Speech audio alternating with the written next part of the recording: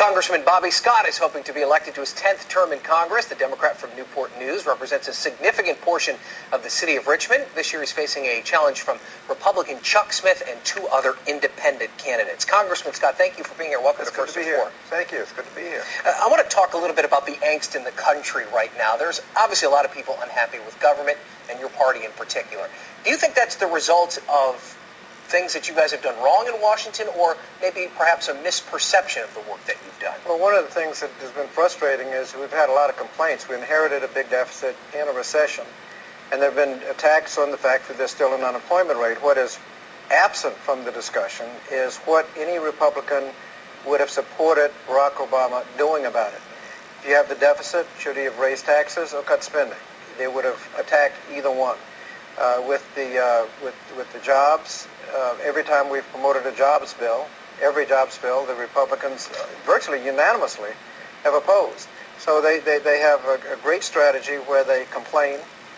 Just like in '93 in the health care, Democrats pick up the ball, fix it, cast the tough votes that are needed without any Republican help, and then the Republicans come in and complain. I'd like them to come forth with some specific suggestions as to what we need to do.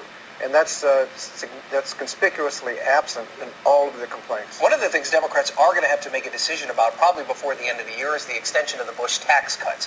Where do you stand on that? Do you think that the Bush tax cuts should be extended in any way, shape, or form? Well, if we don't extend any of the tax cuts, the budget will be essentially close to balance in 4 years. If we extend them, you're talking about trillions, any of them, if you're talking about trillions of dollars in additional deficit, trillions, and you'll never get anywhere close. We have pressing needs. We have health care. We have crime. I noticed in your earlier piece you had a lot of crime and promoting crime prevention rather than waiting for children to mess up, get caught, and lock up a higher proportion of our population than any country on earth like we're doing. Put some of that money in prevention and early intervention, and you won't have as many of those stories to report. But you do think that raising taxes, essentially, which is what would happen if the Bush tax cuts expire. The tax cuts put us in the ditch. If we did not, these are tough choices. There are no easy answers. If you're going to criticize the deficit, come forth with a plan. Don't just criticize. My belief is that if we don't extend any of the tax cuts, we can come very close to balance in 4 years.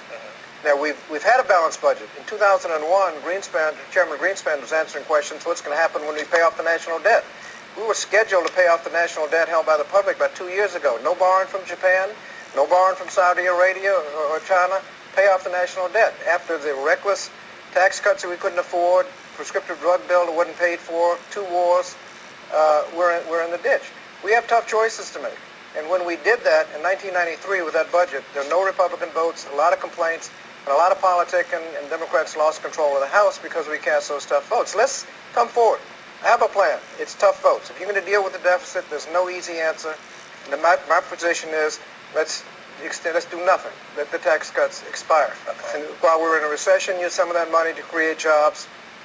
But you can be in balance, close to balance in 4 years. Now, that's unpopular. What's the alternative? What we have is the Republicans say we have a big deficit, let's cut taxes. That is not a solution to the deficit. And so long as people think you can deal with the deficit by cutting taxes, that's just absurd. We have to deal with it. It's very serious, and we have to make the tough choices, and I'm willing to do it. Okay, all right. Congressman Scott, thank you for being here. We appreciate it. Thank you. And we will hear from Congressman Scott.